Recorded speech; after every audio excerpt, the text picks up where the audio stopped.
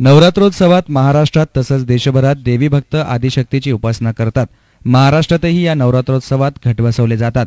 यावेळी महाराष्ट्रात प्रसिद्ध असलेल्या 3.5 शक्तिपीठांना देवी भक्तांची अलोट गर्दी असते। या 3.5 शक्तिपीठात तुळजापूरची तुळजाभवानी, कोल्हापूरची अंबाबाई, माहूरची रेणुका माता आणि नाशिक जवळचं अर्धपीठ म्हणजे सप्तशृंगी देवी इथे सर्वजण आवर्जून जातात। परंतु एकाच ठिकाणी या 3.5 शक्तिपीठांचं एकत्रित दर्शन केवळ राहाता तालुक्यातील कोल्हार भगवतीपूर या गावामध्ये होतं आणि त्यामुळे येणारे भाविक मातेच्या दर्शनानेही धन्य होतात। भगवती मातेचं पुरातनकालीन मंदिर येथे असून या मंदिराला एक इतिहास आहे। पूर्वाभिमुख असलेल्या या मंदिराचं जुनं बांधकाम हेमाडपंथी पद्धतीचं होतं। मंदिराच्या जीर्णोद्धार कार्यात जमिनीच्या समतलापासून 40-45 फूट खोलवर खोदकाम होऊनही मंदिराचा पाया दृष्टीस पडला नाही। तसंच मंदिर निर्मिती संदर्भातील शिलालेख सदृश्य अन्य पुरावाही सापडला नाही। त्यामुळे मंदिर अनादी काळातील असल्याची साक्ष पडते। अश्विन शुद्ध प्रतिपदा ते दशमी म्हणजेच घटस्थापना ते विजयादशमीपर्यंत मोठ्या उत्साहात आणि भक्तिभावानं साजरा केला जातो।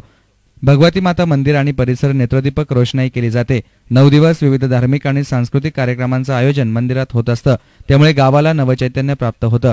उत्सव काळात आणि इतर वेळीही पूजा साहित्य, बांगड्यांची दुकानं, खेळणी, मिठाईची दुकानं मंदिरासमोरील प्रांगणात असतात।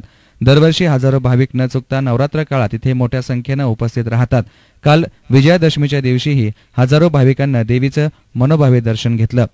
News reporter Saiprasad Kumbhakarna, S9 media, Kolhar.